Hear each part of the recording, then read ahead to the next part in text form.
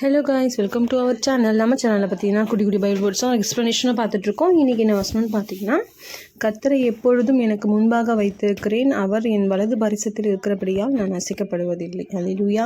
இந்த வசனத்தில் என்ன சொல்லியிருக்காங்கன்னா, ஏசப்பாவை எப்போவுமே நம்ம முன்னாடி வைக்கணும்.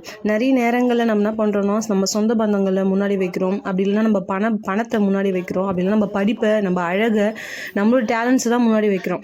ஆனால் தாவீது சொல்கிறாரு, கர்த்தரை என்னுடைய எப்பொழுதும் எனக்கு முன்னாக நான் வச்சுருக்கிறேன், நான் ஃபஸ்ட்டு ப்ரியாரிட்டி கொடுக்குறேன் அப்படின்றது. நம்ம எப்போவுமே ஃபஸ்ட்டு ப்ரியாரிட்டி ஆண்டவருக்கு கொடுக்கும்போது நம்ம யாராலையும் நம்மளை அசைக்க முடியாது. எந்த விஷயத்திலும் எவ்வளோ பெரிய பிரச்சனையிலும் நம்மளை எதுவுமே பண்ண முடியாது.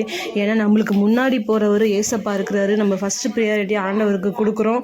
கர்த்தர் கண்டிப்பாக நம்மளை இது பண்ணுவார். முதலாவது தேவனுடைய ராஜ்யத்தை அவர் நீதியும் தேடுங்கள், பின்பு இவைகளெல்லாம் உங்களுக்கு கூட கொடுக்கப்படுன்றாங்க. நம்ம கர்த்தரை முன்னாடி வைப்போம். கர்த்தர் தாமே இந்த வார்த்தையின்படி ஆசீர்வதிப்பார். ஃப்ரெண்ட்ஸ், இந்த வீடியோ பிடிச்சிருந்தா லைக் பண்ணுங்கள், ஷேர் பண்ணுங்கள், கமெண்ட் பண்ணுங்கள்.